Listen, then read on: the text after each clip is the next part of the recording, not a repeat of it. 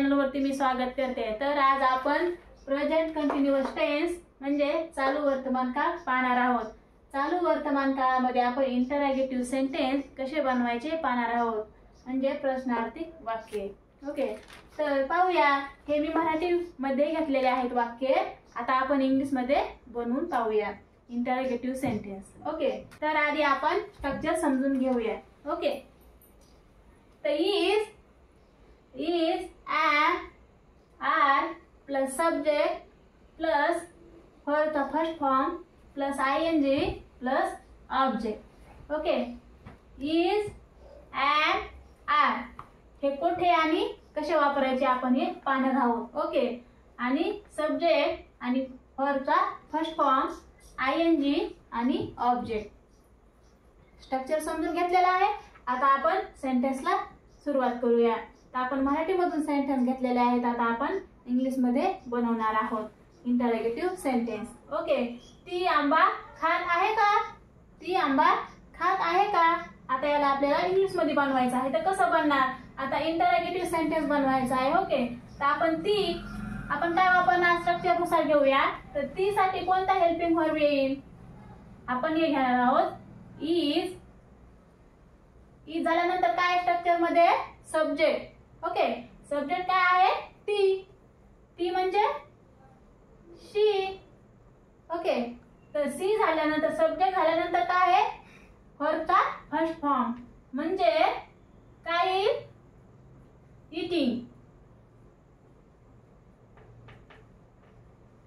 Eating mango. Question mark द्यायला विसरायचं नाही। ती आंबा खात आहे का? Is she eating mango. दुसरं सेंटेन्स बघूया। तो शाळेत जात आहे का? तो शाळेत जात आहे का? आपण तो समोर काय घेणार आहोत? इंटरॅगेटिव्ह सेंटेन्स। याच्यामधलं कोणतं हेल्पिंग वर्ब येईल तो साठी? तर इजच येणार आहे। इथं पण काय येणार आहे? इज हे एक वचनीसाठी आपण इज वापरतो। इज तो साठी काय येईल? ही। ओके, ही झाल्यानंतर आपल्याला हे मेन वर्ब घ्यायचा आहे। ओके, म्हणजे वर्बचा फर्स्ट फॉर्म। तर वर्बचा फर्स्ट फॉर्म काय आहे? गो। वर्बचा फर्स्ट फॉर्म घेतल्यानंतर आपल्याला फर्स्ट फॉर्मला आपल्याला आयएनजी लावायचा आहे। मग काय होईल? Going to school. Okay, going to school. Is he going to school. वाक्य बघूया। आम्ही क्रिकेट खेळत आहोत का?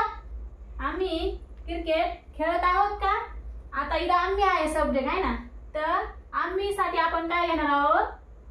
Are we. आता याच्यात काय आहे? Helping verb play ING playing cricket. आम्ही क्रिकेट खेळत आहोत का?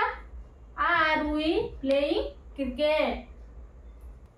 तर इंटरॅगेटिव्ह जर सेंटेन्स बनवायचा असेल तर आम्ही साठी काय वापरणार आहोत? आरचा वापर केलेला आहे। ओके, तर आम्ही क्रिकेट खेळत आहोत का?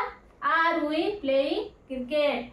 तर are he we they you साठी आपण आर वापरतो, आणि इज कशासाठी वापरतो? ही शी इट सोबत आपण इज वापरतो, आणि एम कशासाठी वापरतो? I am. ओके, फोर्थ बघूया। राहुल टीव्ही पाहत आहे का? राहुल टीव्ही पाहत आहे का? तर राहुल साठी काय येईल? इज। राहुल हे नाउन आहे, पण की काय आहे? आणि एक वचनी आहे। ओके, यासाठी आपण इज हेल्पिंग वर्ब वापरणार आहोत। राहुल नंतर सब्जेक्ट राहुल नंतर काय घेणार आहोत? हे वर्बचा फर्स्ट फॉर्म नंतर आयएनजी वॉचिंग टीव्ही। राहुल टीव्ही पाहत आहे का? Is Rahul watching TV. Rahul हे नाउन आहे, म्हणून आपण काय घेतलेला आहे? इज। तुम्हाला जर इंटरॅगेटिव्ह जर सेंटेन्स बनवायचे असतील तर मी हेल्पिंग व्हर्बनी त्या वाक्याची सुरुवात व्हायला पाहिजे. 5th सेंटेन्स बघूया. तुम्ही बाजारात जात आहात का?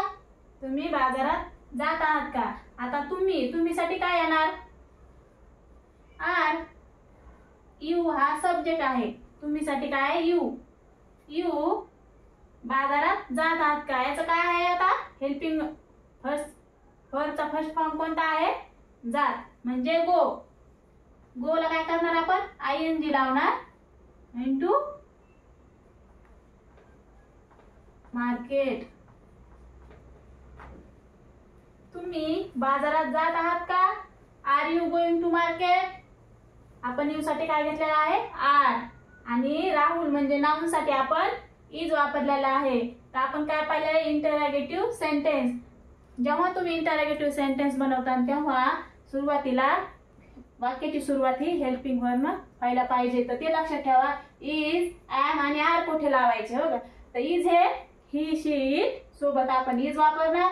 ॲम हे आय एम साठी आणि R he we, they, you साठी आपण आर वापरतो. हे कधी इंटररोगेटिव्ह सेंटेन्स बनवायसाठी आपण सुरुवातीला हेल्पिंग व्हर्ब घेतो. ओके.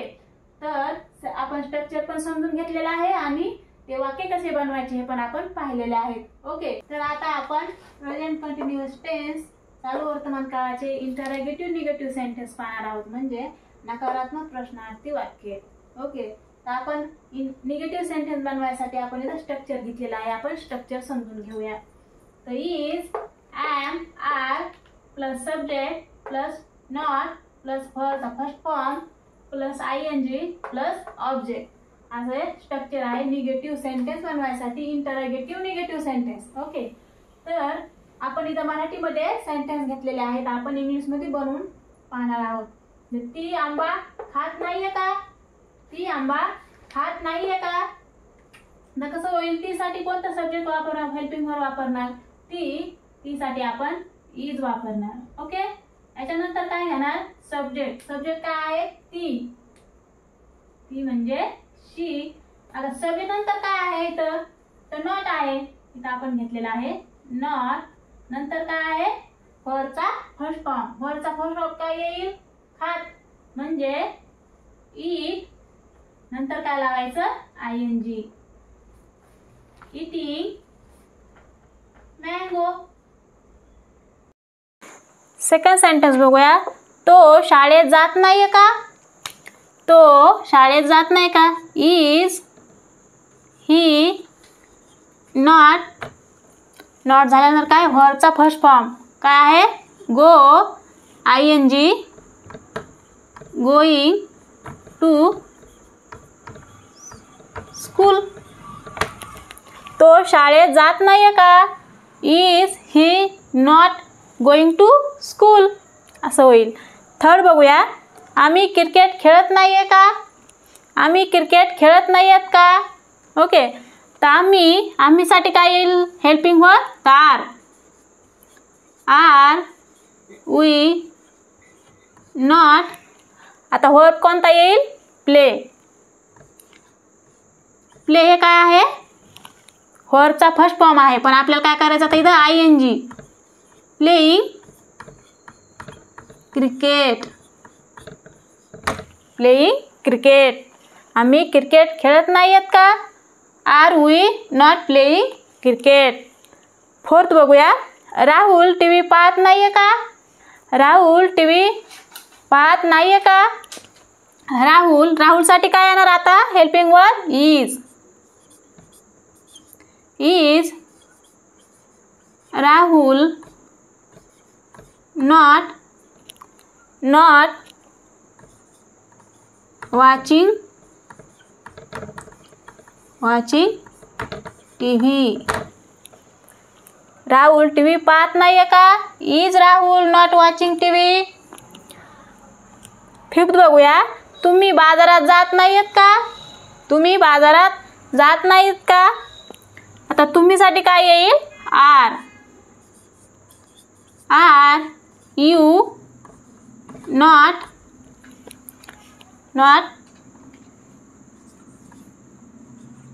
Going to market.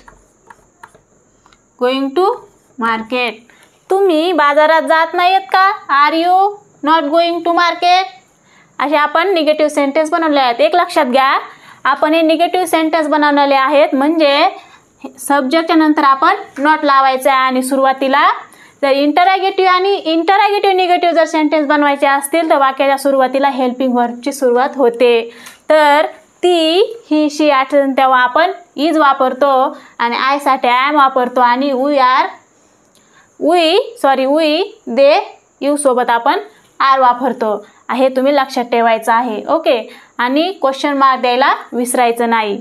आणि हे निगेटिव्ह सेंटेन्स आहे म्हणून आपण सब्जेक्टच्या नंतर नॉट वापरलेला आहे.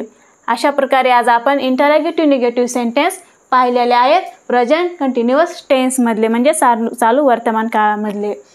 तर आपण येथेच थांबूया. भेटूया पुढच्या व्हिडिओमध्ये. धन्यवाद.